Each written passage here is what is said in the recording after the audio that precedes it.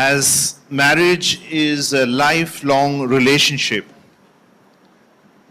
which not only offers happiness but also makes costly demands and lays responsibilities on both husband and wife, it should be approached with soberness of intention and with much dependence upon God for the grace needed in such a life of mutual commitment.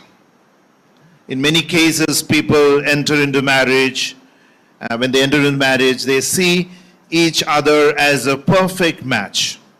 They assume that once they are married, there will be no more loneliness, and that their spouse is the perfect husband or wife who will always make them happy and meet all their needs. It is only after a while that they discover that they are not married to that they are married to an imperfect person. In Daniel chapter 2, we read about King Nebuchadnezzar. In the dream, there was a great statue. The head of the statue was made of gold. The chest and the arms were made of silver. The legs were made of iron, and the feet were made of clay.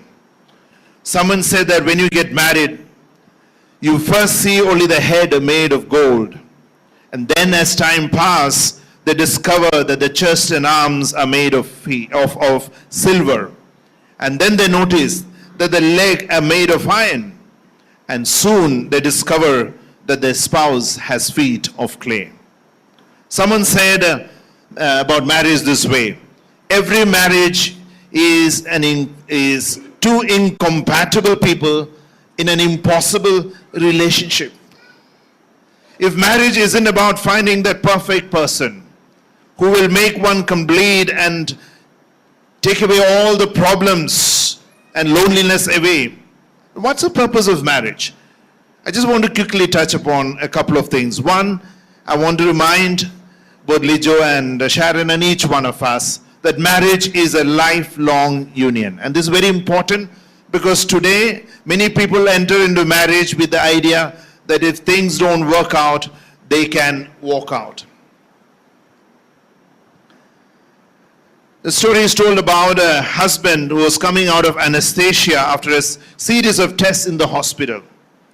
And his wife was sitting by his bedside. And when his eyes opened slowly after a while, he looked at his wife and said, "You are beautiful." Flattered by the words, the wife continued the vigil. And later, he woke up again and said, "You are cute." And the wife asked, "What happened to the beautiful?" The husband said, "The drugs are wearing off." Sometime during the period of courtship, period of getting to know each other, leading up to the marriage, there's so much a feeling of love. But after the marriage, sometimes you feel there is no feeling of love. And there are many cases where people choose for divorce, saying that there is no more love in the marriage. But in biblical understanding, love is not primarily an emotion. It is a commitment to love each other. And that's the first thing I want to remind both Lijo and Sharon. Remember always that you are committing to love each other till the very end. Secondly, communication is very important.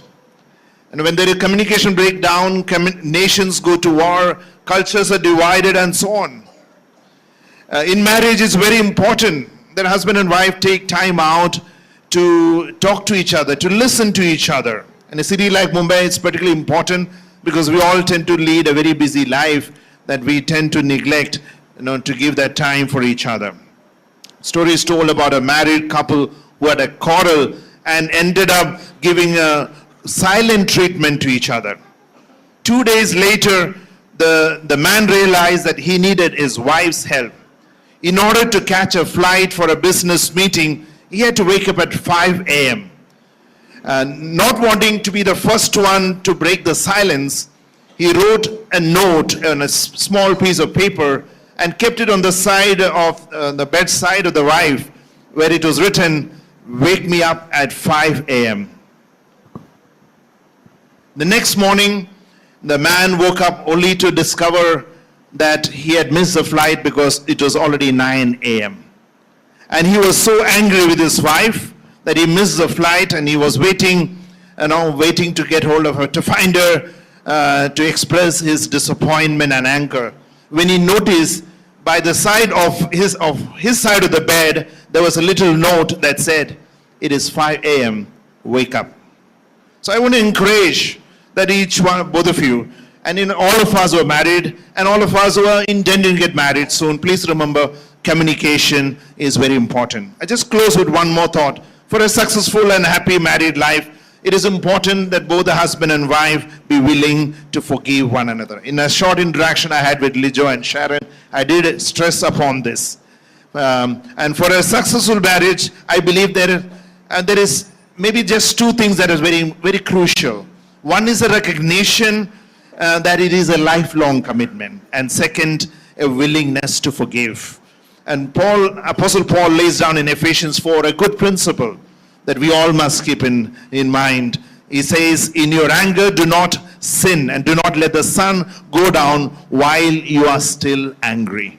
And I think if all of us could follow this, it will make a lot of difference in our lives, in our family lives. And that's the advice that I want to leave with them. Of course, in a city like Mumbai, we may not see each other before the sun goes down. So I would say practically before you go to bed, make sure that you settle and say sorry. And don't wait for the other person to say sorry, even if you think it's the other person's fault.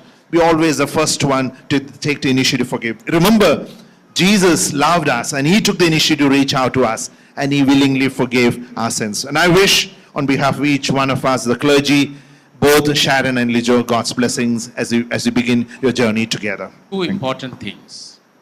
One is, marriage is something united by God.